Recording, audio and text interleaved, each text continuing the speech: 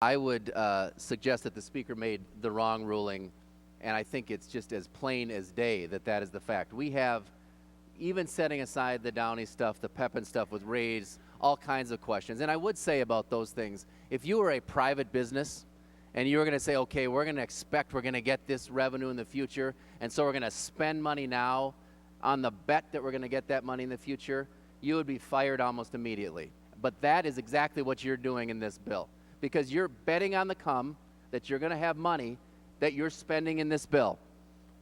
Representative Holberg, I'm extremely surprised that what you would say is, we got to go with the best case scenario, and then stand up and say, look what happened on the Nelson bill, which I think you have the facts a little bit wrong, but even if we were expecting more money to come in than came in, why wouldn't we want to actually, I would imagine your side of the aisle would want to be conservative in their estimates, and you're arguing, no, let's not be conservative. Let's bet for the best guess. That's exactly what you argued on the Representative Murray fiscal note. It's exactly what you argued, Representative Holberg. You can't deny that. Here's the deal.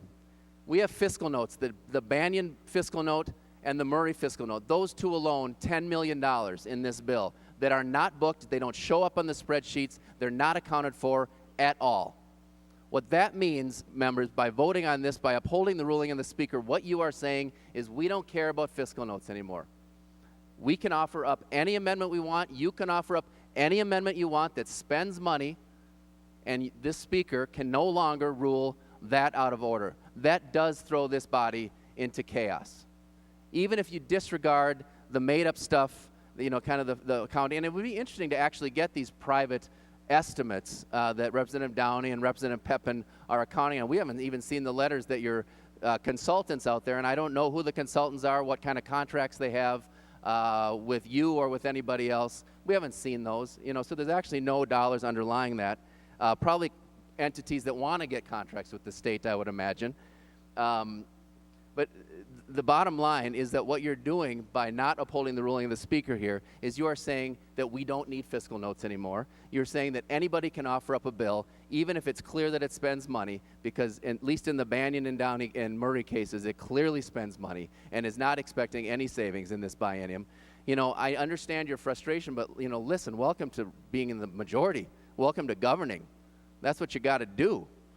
You got to live by the rules. You guys aren't living by the rules at all. You're making stuff up.